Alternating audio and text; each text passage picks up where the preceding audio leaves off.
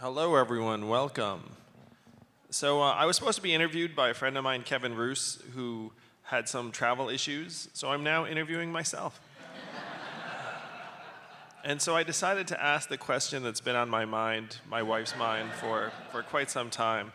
Andrew, how do you come up with such innovative ideas? It's like, well, I'm glad you asked.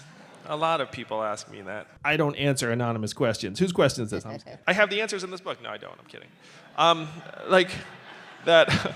It's called. I was gonna say something. No, sorry.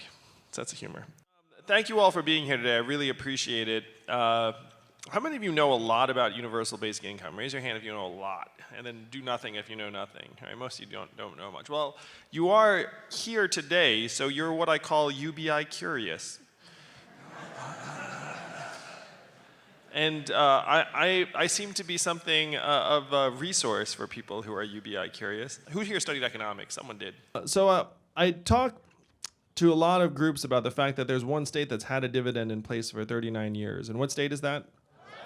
And how do they fund it? And what is the oil of the 21st century? Marijuana, that's right. You remember that from macroeconomics, that you got to be in, and then forgot? That's right. I got an A. Wait a minute, I think I heard something about this guy. He's like everyone $1,000 a month. Yeah. And then it'd be like, he's actually on the debate stage? This is real? He's taller and better looking than I thought. So how have you been going about preparing? Like, what are you, take us behind the scenes. So what happens is I have 9 staffers who then emulate the other, I'm kidding, we don't do that. It's going to be like this. It'll be like, hey, Andrew, how you doing? What's up? What can I do for you? Sure, be happy to get that done for you. And I'll be like, ooh, this was delightful. They're like, if you'd like to give feedback on my program because I'm a bot, like that's really the way it's going to go down. I've met most of the other candidates who are running. I have to say one of the fun things about running for president is you actually meet the other candidates. What happens is you're in a green room and you're hanging out together and they're just like, hey, what's up, Beto? And so like I like and admire most of the other candidates, except for that one. I'm kidding. So politician-y. I think he's here, so you can probably bring it up with him after. Where is this guy? Bring him up. He can't hide behind you forever, Matt.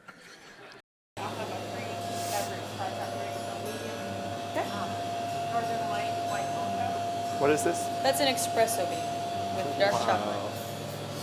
Sorry, Should I have this chocolate-covered espresso bean? I feel like this is such a freighted decision. I feel like... I said go for it. What was he going to do, make you jacked up at the event?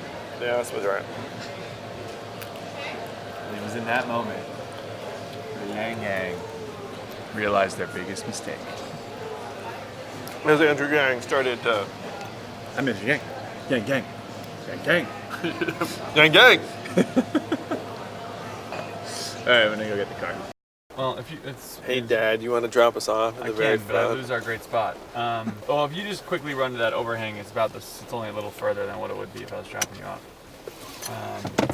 If you can explain your parenting away in that fashion, be my guest. Oh my god. All right, let's do it. This is Progress, Iowa, the site of my greatest speech. The speech that lit the political world afire. Shouldn't have given him the espresso bean. Y'all feel that? Y'all feel that? Check it out. Oh, hello there. Hit that music. I'm going to Miami. Welcome to Miami. Let's see Joe Biden do this. I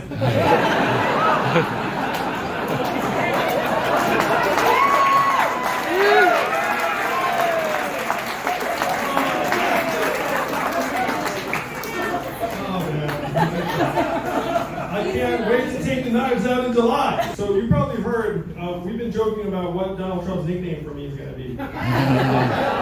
And we came up with Comrade Yang. Because it's like a little racist.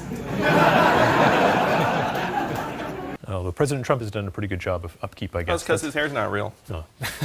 I'm going to have an easier time beating Donald Trump when I am the nominee than I am beating the other 23 candidates. I mean, I'm going to do that too. But that's going to be the hard part. It's like I'm going to do the hard part first, and then the easier part as the nominee. Now, this is not to say that I think Donald Trump's not a formidable opponent, because he is. He's like an avatar of a particular cultural moment. He's like, you know what I mean? He's like some kind of like strange, like, you know, like radioactive, like media creation, kind of conjured up in like a McDonald's lab or something. The other politicians were like, he's so divisive. You know, it's like, fuck you. Like, I really just don't care. Right. Me and Pac. Ain't nothing but a gangsta party. Oh shit. You fucked up now. Ain't nothing but a motherfucking place at the same motherfucking time. Gangsta party. Y'all niggas gonna do this. This man can't be bought. What do you think? It's kind of the opposite of where we need to go. So you do not approve this message? No, I do not approve this message. You do not what? Sorry, I missed that. Approve this message. And what is your name again? I'm Andrew Yang. Yang 2020. The robots. Them to hell. I'm Andrew Yang, and I approve this message.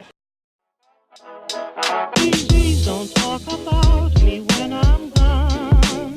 Oh, honey, though our friendship ceases from now.